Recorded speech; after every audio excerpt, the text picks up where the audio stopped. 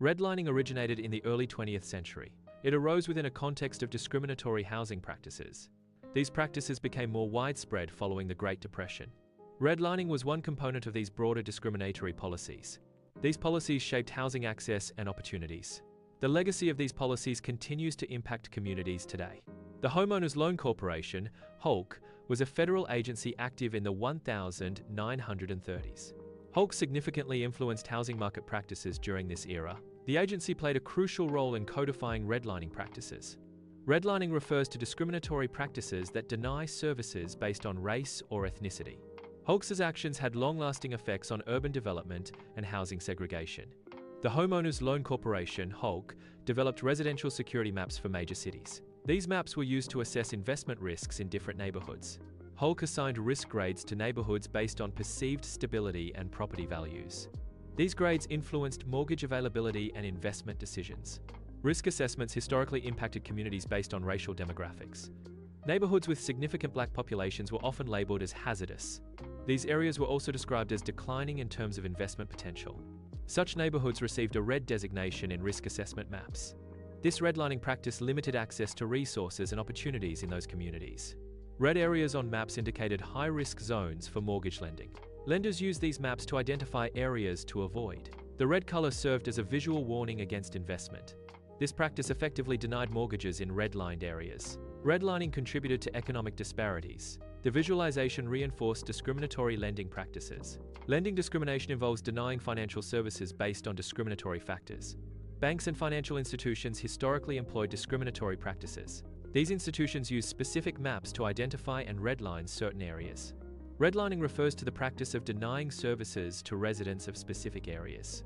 This denial occurred regardless of an individual's creditworthiness or financial status. Redlining perpetuated economic inequality and limited opportunities for residents in those areas. The Federal Housing Administration, FHA, engaged in discriminatory housing practices. These practices mirrored and reinforced the discriminatory effects of redlining. FHA policies contributed to housing segregation and inequality. This further solidified the long-term impact of discriminatory housing policies. The mid-20th century saw significant disparities in mortgage approvals. Data reveals a stark contrast between white and black neighborhoods. Black neighborhoods face disproportionately higher mortgage denial rates. This disparity reflects systemic biases in lending practices. These practices contributed to wealth inequality and segregation. The data visualization highlights the lasting impact of discriminatory housing policies. Redlining practices significantly restricted homeownership opportunities. These restrictions disproportionately affected black families. Limited access to homeownership hindered wealth accumulation. This created long-term economic disadvantages for affected communities. The wealth gap between white and black families has been significantly affected by historical policies. Redlining is one of the key factors contributing to this disparity. Redlining imposed disadvantages that have had long-lasting effects on wealth accumulation. These historical disadvantages have widened the wealth gap between white and black families over time. Redlining is a discriminatory practice that historically limited investment in specific neighborhoods. These neighborhoods often experienced a lack of access to credit and financial services. This disinvestment led to the stagnation or decline of property values within redlined areas. The lack of investment hindered property improvements and new construction. Consequently, property values in redlined neighborhoods failed to appreciate at the same rate as non-redlined areas. Historically, redlined areas often exhibit signs of deteriorated housing conditions. These conditions include structural damage, neglected maintenance, and outdated infrastructure. In contrast, non-redlined areas typically feature well-maintained homes and updated amenities. This visual contrast highlights the lasting impact of discriminatory housing practices on neighborhood quality. Redlining practices historically restricted access to capital in specific communities. This lack of investment led to disinvestment in these redlined areas. Disinvestment resulted in the deterioration of infrastructure and buildings. This physical decline contributed to urban decay in affected neighborhoods. Urban decay further limited economic opportunities for residents. The cycle of disinvestment and decay perpetuated economic hardship. Redlining practices have historically contributed to disparities in school funding. Redlined areas experienced lower property values due to discriminatory housing policies. Lower property values resulted in reduced property tax revenues for local governments. Consequently, schools in redlined districts received less funding, impacting educational resources. Underfunded schools disproportionately affect students in historically redlined neighborhoods. Redlining policies have led to decreased property values and lower tax revenues for these areas. Lower tax revenues result in inadequate funding for local schools, impacting resources and quality of education. This lack of resources can lead to poorer educational outcomes for students in these communities. Redlining patterns correlate with disparities in healthcare access. Communities affected by redlining often have limited healthcare facilities. These communities also experience restricted access to healthcare services. This results in significant healthcare disparities in redlined areas. Redlined areas exhibit significant health disparities compared to non-redlined areas. These disparities are reflected in higher rates of chronic diseases within redlined communities. Residents of redlined areas also experience lower average life expectancy. Statistical data reveals a direct correlation between historical redlining and adverse health outcomes. These health disparities highlight the long-term consequences of discriminatory housing policies. Environmental racism involves the disproportionate exposure of marginalized communities to environmental hazards. Redlined neighborhoods were frequently situated in close proximity to industrial zones. This proximity resulted in increased exposure to pollutants and other environmental risks. Residents in these areas often faced higher rates of respiratory illnesses and other health problems. This pattern highlights a systemic injustice where certain communities bear a greater burden of environmental pollution. The visualization compares pollution levels in different neighborhoods. It focuses on a comparison between historically redlined areas and wealthier, non-redlined areas. Redlined areas often experience higher pollution levels due to historical discriminatory practices. Wealthier, non-redlined neighborhoods typically have lower pollution levels. Data visualization effectively highlights these environmental disparities. Food deserts are areas where access to affordable, healthy food is limited or non-existent. These areas are often found in low-income communities, particularly those that have been historically redlined. Redlining is a discriminatory practice that denies services to residents of specific neighborhoods based on race or ethnicity. The lack of access to fresh produce and other healthy foods in food deserts contributes to health disparities. Redlined areas often suffer from a significant lack of diverse businesses. This scarcity limits the range of available job opportunities for residents. Compared to more affluent communities, redlined areas exhibit a less vibrant business landscape. This disparity contributes to economic hardship and reduced social mobility. The historical practice of redlining has long-lasting effects on economic opportunities. Redlined areas often experience significant limitations in public transportation infrastructure. This lack of adequate transportation creates a barrier to job market access for residents. Limited transportation options can increase commute times and costs for job seekers. These challenges disproportionately affect residents in redlined areas, hindering economic opportunities. The distance to potential employers is effectively increased by poor transportation networks. Addressing transportation disparities is crucial for promoting equitable job market access. Data indicates a correlation between historically redlined areas and contemporary arrest rates. Redlining refers to discriminatory housing practices that denied services to residents of specific neighborhoods based on race or ethnicity. These historical practices have created lasting socioeconomic disparities in affected communities. Higher arrest rates in these areas may reflect the cumulative impact of these disparities. Systemic biases within the criminal justice system may also contribute to disproportionate arrest rates. The correlation suggests a need for further investigation into the long-term effects of discriminatory housing policies. Historically redlined neighborhoods may experience disproportionate policing. This can manifest as increased surveillance and stop and frisk practices. Residents may face higher arrest rates for minor offenses. These practices can erode trust between the community and law enforcement. Redlining policies have created lasting community trauma across generations. These policies systematically denied services to residents of specific neighborhoods based on race or ethnicity. This discrimination led to economic disadvantages and social inequalities for affected communities. The psychological effects of redlining include feelings of insecurity, distrust, and diminished self-worth. Generational trauma manifests as inherited stress and coping mechanisms related to past injustices. This can impact community cohesion and residents' overall sense of belonging and well-being. The Fair Housing Act was enacted in 1968 to address discriminatory housing practices. The Act's primary goal was to eliminate unfair barriers in housing access. It specifically targeted practices like redlining, which denied services based on race or ethnicity. Redlining involved refusing loans or insurance to residents of specific areas. These discriminatory practices contributed to segregation and inequality in housing.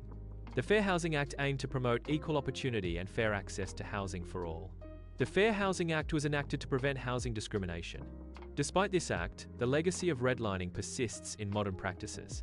These practices manifest as subtle forms of discrimination. Discrimination occurs in both lending and housing opportunities. The subprime mortgage crisis had a disproportionate impact on residents. This impact was especially felt in historically redlined areas. Redlining refers to discriminatory practices that deny services to residents of specific areas. The crisis exacerbated existing wealth disparities in these communities. Subprime lending practices amplified the financial vulnerability of redlined areas. Gentrification can lead to increased property values in historically redlined neighborhoods. Rising costs of living may displace long-time residents who can no longer afford to stay. This displacement disrupts established community networks and social structures. The influx of new residents can further alter the cultural landscape of the neighborhood. Community-led initiatives are crucial in combating redlining practices. Activism plays a vital role in promoting equitable development within affected communities. These initiatives often focus on advocating for fair housing policies and practices. Community resistance aims to dismantle systemic barriers that perpetuate inequality. Policy solutions can address the historical disadvantages of redlined areas. Community reinvestment acts are a potential policy tool. These acts encourage financial institutions to invest in underserved communities. Targeted investments in redlined areas are another key strategy. Such investments can focus on infrastructure, education, and healthcare. Equitable lending aims to provide fair access to credit for all individuals and communities. It specifically addresses historical disparities in lending practices, such as redlining. Redlining refers to the discriminatory practice of denying services to residents of specific neighborhoods based on race or ethnicity. Advocates promote policies and practices that counteract the long-term effects of redlining. Increased access to credit can empower residents and foster economic development in historically disadvantaged areas. Community development projects should prioritize the needs of long-time residents. Successful projects focus on inclusive growth and prevent displacement. Investments should enhance existing community assets and infrastructure. Community input is crucial for ensuring projects align with residents' needs. Affordable housing initiatives aim to address housing affordability challenges. These initiatives focus on increasing housing options for low-income households. The goal is to provide safe and stable housing for residents in need. Affordable housing projects often target historically redlined communities. Education reform aims to improve the quality and accessibility of education for all students. A key aspect of education reform is addressing resource disparities among schools. Historically redlined areas often face significant underfunding in their school systems. Advocacy efforts focus on increasing financial resources for schools in these areas. Increased resources can lead to better facilities, qualified teachers, and updated learning materials. Equitable resource allocation is crucial for providing equal educational opportunities to all students, regardless of their geographic location. Healthcare equity focuses on ensuring everyone has fair access to health services. Redlined communities often face significant health disparities due to historical discriminatory practices. Policies and initiatives should be implemented to improve healthcare access in these underserved areas. These efforts aim to address the specific health needs and challenges within redlined communities. Promoting equitable healthcare helps to reduce health disparities and improve overall community well-being. Environmental justice advocates work to address disproportionate environmental burdens in specific areas. These efforts focus on reducing pollution levels in historically marginalized communities. Redlined areas often experience higher pollution due to industrial proximity and lack of environmental regulations. Clean energy initiatives aim to replace polluting energy sources with renewable alternatives. Promoting clean energy in redlined areas can significantly improve air and water quality. These combined efforts strive to create healthier and more sustainable environments for all residents. Community gardens are local initiatives designed to improve food access in underserved areas.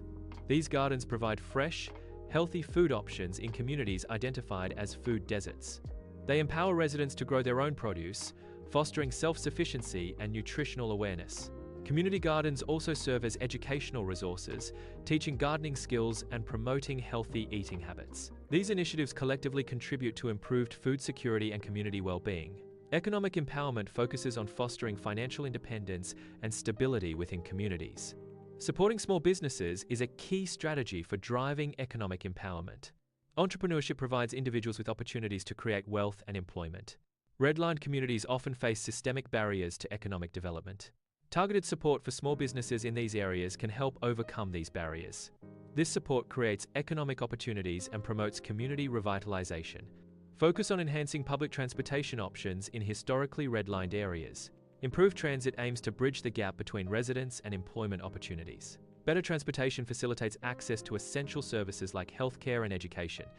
This initiative seeks to counteract the isolating effects of past discriminatory housing policies. Increased connectivity can stimulate economic growth within underserved communities. Reliable public transit is a key factor in promoting social equity and opportunity. Criminal justice reform aims to address inequalities within the legal system. Fair sentencing practices are a key component of this reform. These practices seek to eliminate systemic biases in sentencing. Reducing disparities leads to a more equitable justice system. Reforms promote fairness and equal treatment under the law. Community healing initiatives are essential for addressing the psychological impact of redlining. Trauma-informed care provides a framework for understanding and responding to the effects of trauma. These initiatives aim to support individuals and communities affected by discriminatory housing practices. Psychological effects of redlining can include increased stress, anxiety, and decreased mental well-being. Support systems and resources are needed to promote resilience and recovery within affected communities. Data transparency is essential for identifying patterns of discrimination. Mapping tools can visually represent data related to discriminatory practices. These tools help to highlight areas where discrimination is prevalent. Identifying these patterns allows for targeted interventions and policy changes. Advocating for data transparency and mapping tools supports efforts to address discrimination effectively.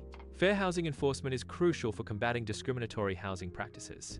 It ensures equal access to housing opportunities for all individuals. Legal action is a key component of fair housing enforcement. Such action addresses violations of fair housing laws and regulations. Effective enforcement promotes inclusive and equitable communities. Community engagement emphasizes the importance of involving residents in local decision-making. It ensures that diverse perspectives are considered when addressing community needs. Amplifying resident voices leads to more inclusive and effective solutions. This collaborative approach fosters a stronger sense of ownership and investment in the community's future. Historical preservation protects the cultural identity of redlined communities. Redlined communities often possess unique historical narratives. Preservation efforts safeguard tangible and intangible heritage. These efforts reinforce community bonds and cultural pride. Support for preservation ensures the legacy of these communities. Protecting cultural identity is vital for social equity and justice. Civic education and awareness campaigns are essential tools. These campaigns aim to educate the public on significant historical and social issues. One crucial topic is the history of redlining, a discriminatory practice. Understanding redlining's ongoing impact is vital for informed civic engagement. Intergenerational dialogue promotes communication between different age groups. Sharing stories helps bridge the gap between past and present experiences. This exchange fosters understanding and empathy across generations. It also preserves valuable cultural knowledge and personal histories. Sustainable development strategies should be implemented to address historical inequities. These strategies must prioritize equity to correct past injustices. Inclusion is crucial to ensure all community members benefit. Community well-being should be a central focus of these initiatives. Redlined areas, specifically, require targeted sustainable development efforts. Collective action is essential for addressing the lasting impacts of redlining. A shared commitment is needed to build a just and equitable future. This future must include all communities affected by discriminatory housing practices. Working together can help dismantle systemic inequities. The goal is to ensure fair opportunities and resources for every community.